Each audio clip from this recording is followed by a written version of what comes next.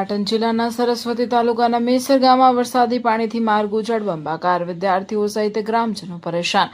પાટણ જિલ્લાના સરસ્વતી તાલુકાના મેસર ગામમાં વરસાદ બાદ મુખ્ય માર્ગ ઉપર પાણી ભરાઈ જતા ગ્રામજનોને ભારે હાલાકીનો સામનો કરવો પડી રહ્યો છે। ખાસ કરીને મા સ્કૂલ અને રાધાકૃષ્ણ હાઈસ્કૂલમાં અભ્યાસ કરતા વિદ્યાર્થીઓને દરરોજ પાણીમાંથી પસાર થઈને શાળાએ જવાની ફરજ પડી રહી છે। સ્થાનિકોના જણાવ્યા મુજબ દર ચોમાસામાં આ જ સ્થિતિ સર્જાય છે। અનેક વખત સંબંધિત તંત્ર સમક્ષ રજૂઆતો કરવામાં આવી હોવા છતાં સમસ્યાનો કાયમી ઉકેલ લાવવામાં આવ્યો નથી।